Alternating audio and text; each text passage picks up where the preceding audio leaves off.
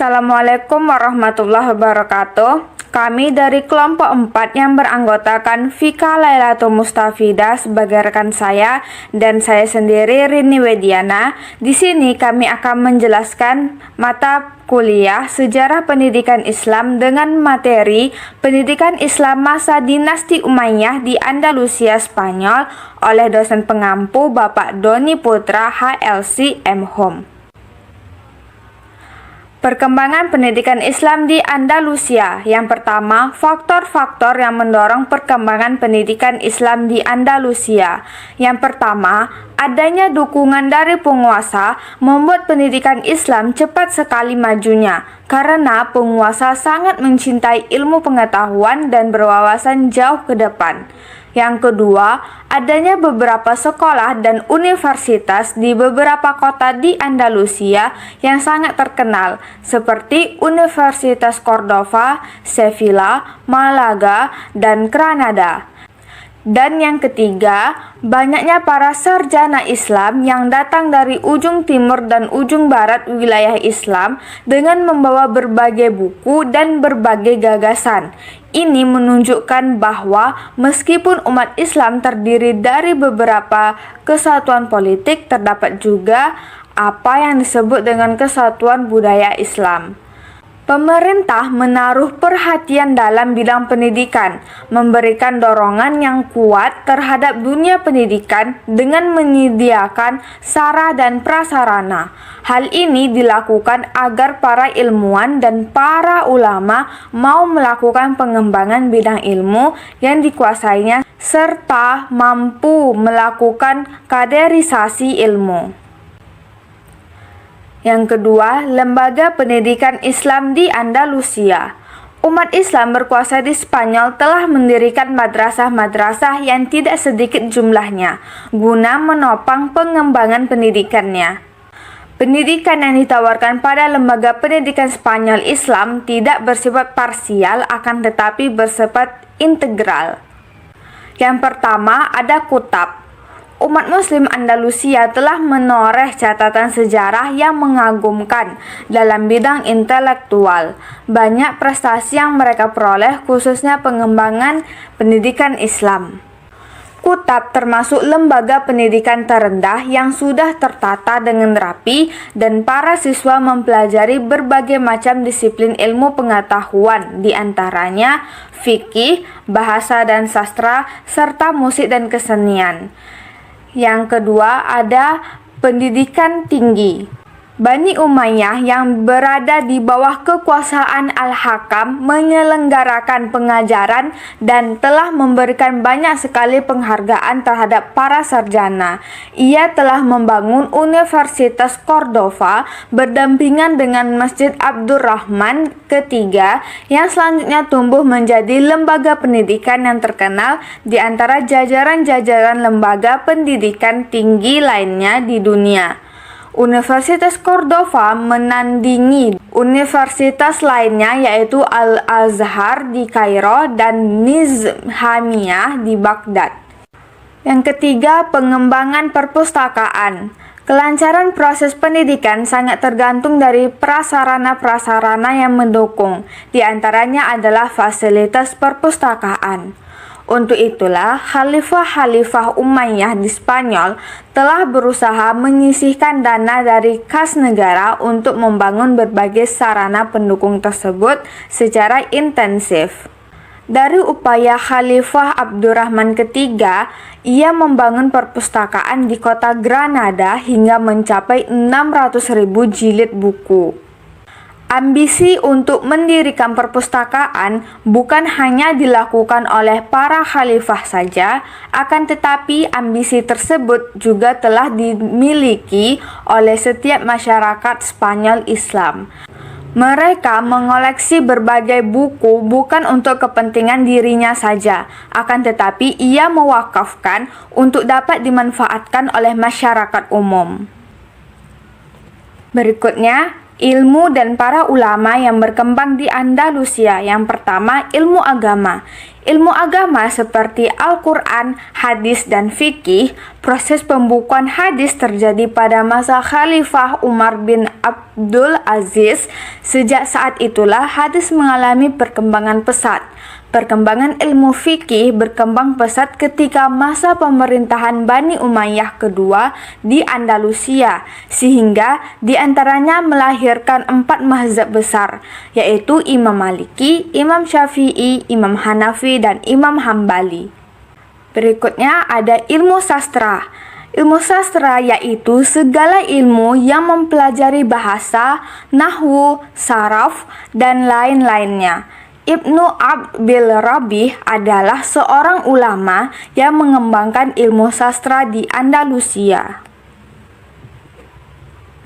Berikutnya ada ilmu filsafat. Ilmu filsafat di Andalusia menjadi sebuah kajian yang sangat difokuskan karena ilmu inilah yang juga ke depannya membidangi beberapa kajian ilmu lainnya seperti ilmu mantik, kimia, astronomi, ilmu hitung dan ilmu yang berhubungan dengan itu, serta ilmu kedokteran. Filsafat di negara ini mulai marak dipelajari sekitar abad ke-8 Masehi hingga abad ke-10 Masehi. Tokoh Andalusia dalam bidang filsafat ini sebenarnya banyak. Salah satunya adalah Abu Bakar Muhammad bin Asyaikh atau Ibnu Bajjah. Berikutnya ada ilmu sejarah dan geografi. Ilmu sejarah dan geografi yaitu segala ilmu yang membahas tentang perjalanan hidup, kisah, dan riwayat. Ubaid bin Syariah al-Jurhumi berhasil menulis berbagai peristiwa sejarah. Dan yang terakhir ada ilmu sains. Ilmu sains terdiri dari ilmu kimia, kedokteran, dan astrologi. Dalam ilmu pengobatan awalnya masih bersumber pada pengobatan tradisional yang diterapkan Nabi, yang diantaranya adalah mengeluarkan darah dengan gelas atau disebut dengan bekam. Kemudian pengobatan ilmiah Arab banyak yang bersumber dari Yunani, sebagian besar dari Persia.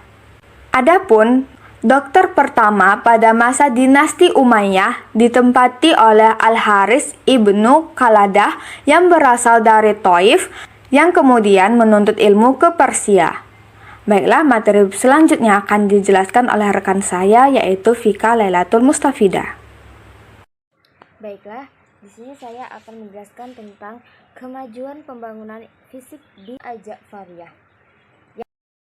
Terdapat juga Tembok Toledo, Istana Granada ini merupakan salah satu kota yang Al-Mazih atau Butler mendirikan Granada ini usai Cordoba sendiri menjadi pusat pemerintahan dan politik yang berada di Andalusia. 10. Cordoba menjadi kota paling maju di Eropa. Nah, rakyatnya sendiri menikmati hidup dengan damai dan tentram. Selanjutnya, Sevilla. Sevilla ini merupakan kota dari pelabuhan, kota pelabuhan. Nah, kenapa demikian? Karena kota ini terletak di tepi sungai Guadalquivir. Nah, jadi kita bisa menikmati luasnya Samudra Atlantik jika kita berada di kota Sevilla ini. Di sana juga menjadi kota lumbung pangan atau dari selama era bermunculnya Taifah, Sevilla bersinar di bawah kepemimpinan Al-Mutamid. Nah, selanjutnya untuk kontribusi pendidikan di Andalusia, yang dimana perkembangan pendidikan Islam di Spanyol ini yaitu mendirikan lembaga pendidikan dan pengembangan perpustakaan. Nah, mendirikan lembaga pendidikan itu sendiri dilaksanakan mulai dari ke masjid satu dengan masjid yang satunya, dan juga selanjutnya dengan mendirikan madrasah, dengan lambat laun mendirikan madrasah, dan sehingga madrasah itu menjadi sebuah lembaga pendidikan yang formal yang terdiri dari sekolah-sekolah rendah sampai sekolah menengah atas, dan menjadi macam disiplin ilmu pengetahuan, di antaranya fikih, bahasa dan sastra, musik dan kesenian. Jadi, lembaga pendidikan Islam di Andalusia itu tidak hanya langsung menjadi lembaga pendidikan itu, tetapi berasal dari penyebaran di masjid satu dengan masjid lainnya, lalu lambat laun mendirikan sebuah madrasah, dan kemudian madrasah itu menjadi lebih berkembang lagi sampai menjadi sekolah dasar, menengah, dan atas. Dan di situ juga akan dipelajari tentang Islam, tentang fikih, bahasa maupun sastra, dan juga musik dan kesenian itu diajarkan dengan secara langsung di madrasah atau sekolah tersebut. Jadi mendirikan lembaga itu tidak hanya langsung dengan membutuhkan proses. Nah, selanjutnya itu pengembangan perpustakaan. Pengembangan perpustakaan di kota Granada ini memiliki koleksi hingga mencapai 600.000 jilid buku. Nah, perpustakaan sendiri pun tidak hanya langsung menciptakan buku tersebut, tetapi itu dipelajari dan akan menjadikan sebuah buku dengan banyak koleksi-koleksi buku tentang Islamnya, sejarah Islam, dan juga banyak lainnya. Lalu di sini terdapat faktor-faktor pendukung dari kemajuan pendidikan Islam di Spanyol ini. Di antaranya yang pertama itu adanya dukungan dari para khalifah yang berkuasa. Yang kedua itu terdapatnya penyebaran madrasah-madrasah ataupun sekolah. Yang ketiga, banyaknya para sarjana Islam yang datang dari ujung timur dengan ujung barat yang berbondong-bondong untuk bisa mengajar di negara Spanyol itu. Yang keempat itu adanya persaingan antara Andalusia dan Baghdad dan Umayyah di Spanyol dalam bidang ilmu pengetahuan dan peradaban. Jadi dari empat tersebut itu akan menjadi sebuah faktor dari pendukung kemajuan Islam di negara Spanyol itu, yang dimana dukungan pertama itu terdapat dari peran khalifah yang sangat berkuasa di negara Spanyol itu. Lalu penyebaran madrasah-madrasah atau yang disebut sekolah sekarang ini sekolah itu melalui jadi universitas-universitas yang berada di kota Spanyol sendiri. Nah, negara Islam di Spanyol ini sangat terkenal dengan suatu universitas, yaitu Universitas Cordoba, Sevilla, dan Malaga dan Granada. Dan kemudian banyaknya para sejarawan Islam yang datang dari ujung barat ke ujung timur. Nah, tujuannya apa? Tujuannya itu untuk memberikan penyebaran Islam dengan berbagai buku yang dibawanya dari wilayahnya. Dengan buku itu memiliki gagasan-gagasan yang tertentu dari negara tersebut. Nah, adanya persaingan antara Abbasiyah dan Baghdad dalam bidang ilmu pengetahuan, dan didirikannya suatu universitas, yaitu Universitas Cordoba, yang universitas itu menyaingi dari Universitas Nizamiyah di Baghdad. Jadi persaingan itu karena persaingan dari universitas itu. Universitas itu kan pendidikan, jadi persaingan antara pendidikan. Lalu kenapa persaingan itu tidak dengan melalui kekerasan, tapi persaingan itu persaingan yang secara positif, tapi tidak dalam peperangan, yaitu dalam pengetahuan. Lalu yang ketiga itu terdapat kontribusi intelektual Muslim Spanyol. Di sini ada filsafat, tasawuf, dan juga bidang sains. Yang filsafat ini mayoritas Muslim Spanyol ini merupakan sebagai mata rantai yang menghubungkan antara filsafat Yunani klasik dengan pemikiran Latin Barat. Dan tasawuf, di sini tasawuf Muslim Spanyol juga mempunyai andil besar dalam perkembangan pengembangan ilmu.